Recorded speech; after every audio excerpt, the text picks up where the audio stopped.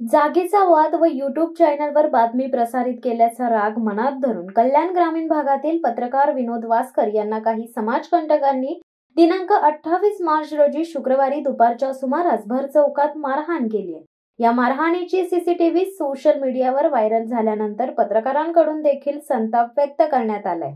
शीळ गावातील राहुल काटे आणि जितू आलिमकर यांनी फावड्याच्या दांडक्याच्या सहाय्याने पत्रकार विनोद वासकर यांना मारहाण केली आहे। या शीळडायघर पोलीस ठाण्याच्या हद्दीतील प्रकारानंतर माध्यमांच्या प्रतिनिधींनी ठाणे पोलीस आयुक्त डॉक्टर आशुतोष डुमरे यांच्याकडे कठोर कारवाईची मागणी केली आहे। वासकर हे आपल्या लेखणीतून गावच्या समस्या मांडत असतात। शुक्रवारी सकाळी ते शीळफाटा चौकात असताना कारमधून आलेल्या दोघांनी त्यांना मारहाण करण्यास सुरुवात केली आहे। यावेळी काही नागरिकांनी मधी पडत वासकर यांची सुटका केली आहे। सध्या जखमी पत्रकार विनोद वासकर यांच्यावर घनसोली येथील खासगी रुग्णालयात उपचार सुरू आहेत। विनोद वासकर यांच्यावर झालेल्या हल्ल्यानंतर ठिकठिकाणहून संताप व्यक्त करत तीव्र प्रतिक्रिया उमटू लागल्यात। पत्रकारावर हल्ला करणे म्हणजे संविधानावर केलेला हल्ला आहे। पत्रकार हा लोकशाहीच्या 4 स्तंभांपैकी एक स्तंभ मानला जातो। ज्यांनी पत्रकारावर हल्ला केला असेल त्याच्यावर पोलिसांनी गुन्हा दाखल करावा आणि त्यांच्यावर कारवाई करावी अशी मागणी राजेश मोरे यांनी केली आहे। सत्ताधारी पक्षातील आमदार कारवाईची मागणी करत असताना लोकशाहीच्या 4थ्या स्तंभावरील हल्ल्याबाबत राज्यात मंजूर कायद्याची अंमलबजावणी होत नसल्याने माध्यमांकडून मात्र नाराजी व्यक्त करण्यात येत आहे। तसेच काही पत्रकार संघटनेच्या वतीने ठाणे पोलीस आयुक्तांसह मुख्यमंत्री तथा गृहमंत्री देवेंद्र फडणवीस यांना निवेदन देण्यात येणार असल्याचे देखील सांगण्यात आले। या सर्व घटनेनंतर शीळडायघर पोलीस ठाण्याचे वरिष्ठ पोलीस निरीक्षक संदीपान शिंदे यांच्या मार्गदर्शनाखाली आरोपींवर भारतीय दंड विधान कलम 118(1), 115(2), 351(2), 352(5) प्रमाणे गुन्हा दाखल करण्यात आलाय।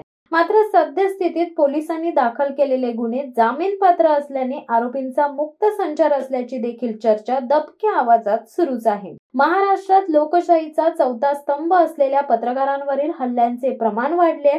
पत्रकारच सुरक्षित नसतील तर महाराष्ट्रातील सर्वसामान्य जनता सुरक्षित आहे का असा प्रश्न पुन्हा एकदा उपस्थित होतोय। महाराष्ट्र हे कायदा आणि सुव्यवस्थेचे राज्य म्हणून ओळखले जाते, पण याच महाराष्ट्रातील पत्रकार कितपत सुरक्षित आहेत हा गंभीर प्रश्न आहे। खरं म्हणजे हा हल्ला पत्रकारांच्यावर होणं हा सगळ्यात चुकीचा विषय आहे। मध्यम मार्ग काढून काही जर गैरसमज असेल तर तो मिटवला पाहिजे, पण अशा प्रकारचा हल्ला झाला असेल तर निश्चितपणे त्याला शासकीय यंत्रणेच्या माध्यमातून मदत मिळेल आणि काही अडचण आली तरी त्याला शासन नक्कीच मदत करेल, कुठली अडचण राहणार नाही। त्यांनी जर माझ्याकडे तशा प्रकारची केली त्यांच्या नातेवाईकांनी तर मी सगळी व्यवस्था करून देईन। पत्रकारावर हल्ला करणं म्हणजे हा एक संविधानावर केलेला हल्ला आहे। कारण तुम्ही आम्ही बोलता की लोकशाहीचे 4 स्तंभ आणि त्याच्यातला एक स्तंभ म्हणजे पत्रकारिता आहे। पत्रकारावर हल्ला करणं ज्यांनी केला असेल त्याचा गुन्हा दाखल झालाच पाहिजे, त्याच्या कारवाई झालीच पाहिजे अशी माझी मागणी आहे। काय गुन्हा दाखल केलाय, कोण आरोपी आहेत, पुढील कारवाई काय करणार? शीळडायघर गावामध्ये ग्रामदेवता मंदिर ट्रस्ट मिळकतीबाबत एक जमीन आहे 45 गुंठे। त्या 45 गुंठाच्या जमीनच्या बाबत ग्रामदेवता मंदिर ट्रस्टने सदरची जमीन विक्री केलेली आहे। त्या विक्रीच्या कमी जास्त भावावरून गावामध्ये वाद चालू आहे। 2-3 महिने झाला सदरचा वाद चालू आहे। ते आपले पत्रकार जे वासकर आहेत त्याचे वडील सुद्धा ह्या सभासदामध्ये आहेत, म्हणजे त्याचे ते आहेत। तर मग हे गावामध्ये त्यांच्या आपापसात वादामध्ये वाद होत असल्यामुळे, जमिनीच्या पैसे देवाणघेवाणीचे वाद होत असल्यामुळे काल राहुल रमेश काटे व जितू शांताराम आलिमकर यांनी विनोद शनिवार वासकर यांना काल चौकामध्ये काठ्यांनी मारहाण केली।